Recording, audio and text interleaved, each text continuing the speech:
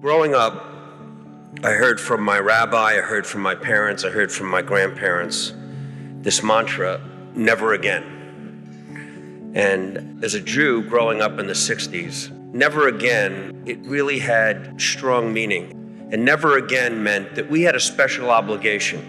Never again would we as a people stand by when any ethnic group, any religion was being persecuted.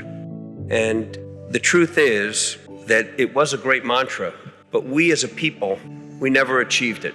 Eli achieved it for us. He believed in it. He lived it every day. For him, he was on a quest to fight hate.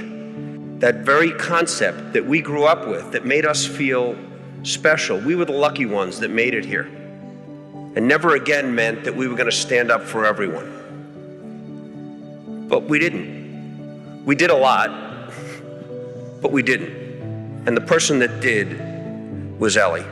When I was 12 years old, I read Night. I heard Eli's voice, and I felt like he was speaking to me. And I think everybody felt like Eli was speaking to them. That was his magic. He had a quiet voice, and the whole world listened. He made all of us want to do better. He made all of us want to be better. And we need that voice now. That voice against hate. Never again. Never again for any ethnic or religious group. And never again has that sentiment and all of our energy been needed more. Oprah Winfrey, who I had the great pleasure of being a partner with and working with, her show was ending after 25 years, and we took a walk after her last show, and I asked her a question. Of all of the shows that you did, all of the interviews, the world leaders, the influential people, the celebrities, which meant the most? And she hesitated for one moment, and she looked at me, and she said, Elie Wiesel and our interview at Auschwitz.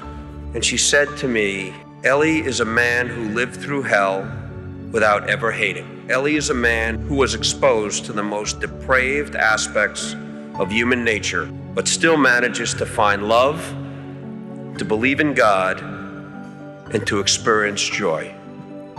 The person that I looked up to, the spirit that I looked up to, for never again, the person that really lived it, that lived what I heard from my grandparents, from my rabbi, from my parents, was Elie Wiesel.